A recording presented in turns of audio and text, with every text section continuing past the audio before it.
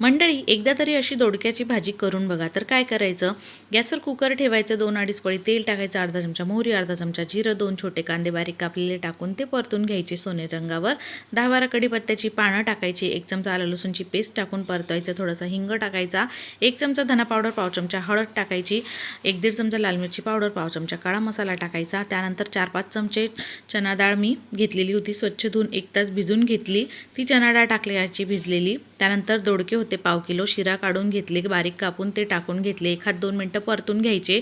यामध्ये आता आपल्याला अर्धा पाऊण ग्लास पाणी टाकायचं, चवीप्रमाणे मीठ टाकायचं, 3-4 चमचे शेंगदाण्याचं कूट टाकायचं आणि मस्त उकळी येऊ द्यायची. बारीक कापलेली कोथिंबीर टाकायची, झाकण लावून मध्यम आचेवर आपल्याला 2 शिट्ट्या करायचा. कुकर थंड झाल्यावर झाकण उघडायची. गरमागरम दोडक्याची भाजी तयार आहे आणि भाकरी चपातीसोबत भातासोबत खाऊ शकतो.